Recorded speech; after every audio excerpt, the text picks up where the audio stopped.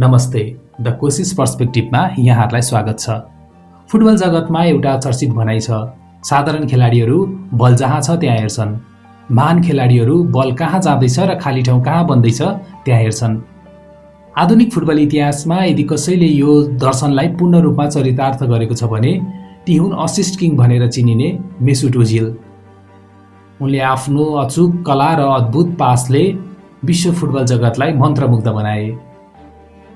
तर एउटा खेलाडी जसले आफ्नो जादुमय खेलले संसारलाई जित्यो, जसले आफ्नो टोलीलाई विश्वकपको शिखरसम्म पुर्यायो, आखिर कसरी त्यस्ता सृजनात्मक प्रतिभा आफ्नो टोलीबाट पाखा लागे र एउटा स्वर्णिम फुटबल यात्रा कसरी गुमनाम भएर बिलाएर गयो? आज हामी मेसुट ओजिलको अद्भुत उचाइ र विवादले भेरिएका अध्यायहरूको बारेमा नजिकबाट निहाल्नेछौँ। आउनुहोस् मेसुट ओजिलको कथालाई सुनौँ एउटा फरक दृष्टिकोणबाट। मेसुट ओजिलको कथा सुरु हुन्छ जर्मनीको ग्लेसेनक्रिचेन सहरबाट 15 अक्टोबर 1988 मा। टर्कीबाट आएका आप्रवासी श्रमिक परिवारमा जन्मेका ओजिलको बाल्यकाल मङ्की केज भनिने कङ्क्रिटको एउटा सानो मैदानमा बित्यो, जुन अग्ला र साँगुरा फलामका बारहरूले घेरिएको थियो। त्यो मैदान सधैँ भिडभाडयुक्त हुन्थ्यो, दौडिनका लागि पर्याप्त ठाउँ नै हुँदैनथ्यो, त्यसैले उनले अरूभन्दा तीव्र गतिमा सोच्नु पर्थ्यो। त्यही कङ्क्रिटको पिञ्जडाभित्र ओजिलले मैदानको लागि खाली ठाउँ महसुस गर्ने अद्भुत क्षमता र त्यो प्रसिद्ध नो लुक पासको विकास गरे, जसले पछि गएर युरोपका उत्कृष्ट रक्षकहरूलाई समेत रणभुल्लामा पारिदियो। त्यस्तो चम्किलो प्रतिभा धेरै समय पिञ्जडाभित्र गुम्सेर रहन सक्दैनथ्यो।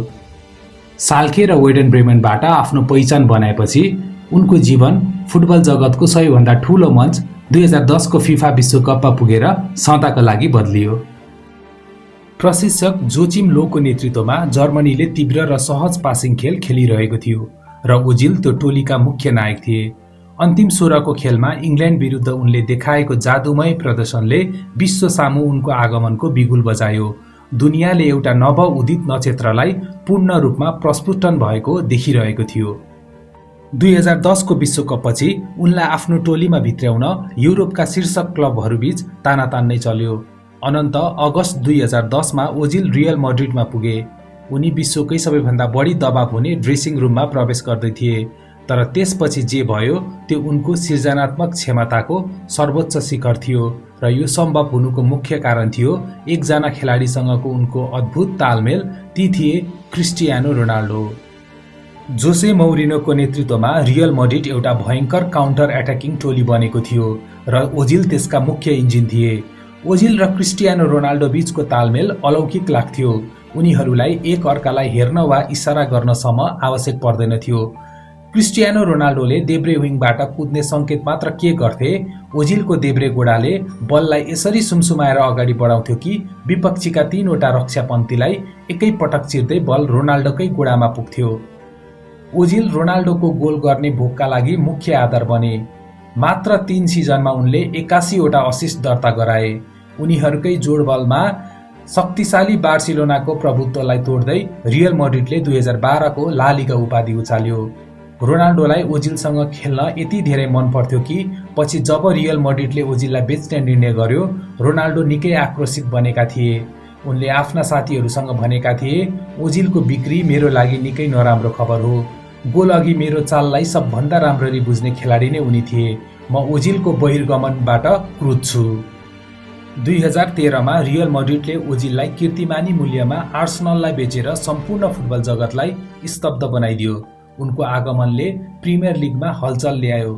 आर्सेन वेंगरको छत्रछायामा उनले मैदानमा पूर्ण स्वतन्त्रता पाए, तर यही मोडबाट उनको खेल जीवनको ओह्रालो यात्राको बीजारोपण पनि भयो। आर्सेनलमा ओजिलले विशुद्ध जादु छरे।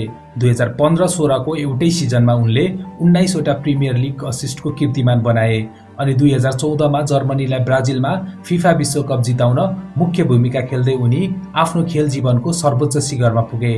तर त्यो सफलताको चमकमुनि आधुनिक फुटबलको स्वरूप भने तीव्र रूपमा बदलिरहेको थियो। आधुनिक फुटबलले अब शारीरिक रूपमा बलियो र अत्याधिक डिफेन्सिभ प्रेसिङ गर्ने प्रणालीको माग गर्न थाल्यो। परम्परागत नम्बर 10 अर्थात् रक्षात्मक जिम्मेवारी नलिई केवल सृजनात्मक खेलमा रमाउने विशुद्ध कलाकारहरूको युग समाप्त हुँदै थियो। 2018मा जब वेङ्गरले आर्सेनललाई छोडे, नयाँ म्यानेजरहरूले खेलाडीहरूबाट कडा रक्षात्मक दौडको माग गरे, जुन ओजिलको सहज र शान्त शैलीसँग मेल खाँदैन थियो। बदलिदो प्रणालीमा ती सुकुमार कलाकार बेमेल सिद्ध भए र बिस्तारै बेन्चमा सीमित हुन पुगे। मैदानभित्र परिस्थिति बिग्रदै जाँदा मैदान बाहिरका राजनीतिक विवादहरूले उनको खेल जीवनलाई अझ नराम्ररी तहस-नहस बनाइदिए। 2018को विश्वकपभन्दा ठिक अघि टर्कीका राष्ट्रपतिसँगको एउटा तस्बिर सार्वजनिक भएपछि जर्मनीमा ओजिल विरुद्ध व्यापक विरोधको ज्वाला बल्यो।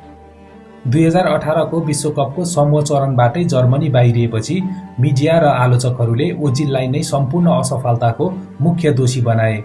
सार्वजनिक रूपमा सहनु परेको तीव्र अपमानपछि ओजिलले एउटा हृदय विदारक भनाइसहित राष्ट्रिय टोलीबाट सन्यासको घोषणा गरे।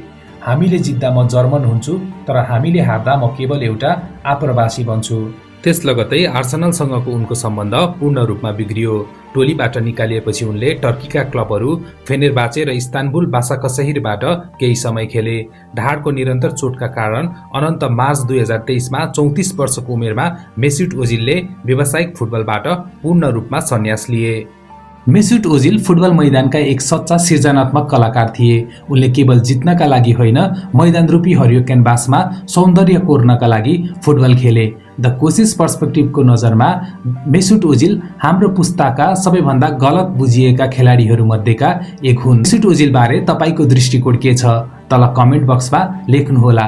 यदि यो विश्लेषणात्मक भिडियो मन पर्यो भने हाम्रो च्यानललाई लाइक, सेयर र सब्स्क्राइब गर्न नबिर्सिनुहोला। अर्को भिडियोमा पुनः भेटौँला। द कोसिस पर्सपेक्टिभ हेर्दै गर्नुहोला।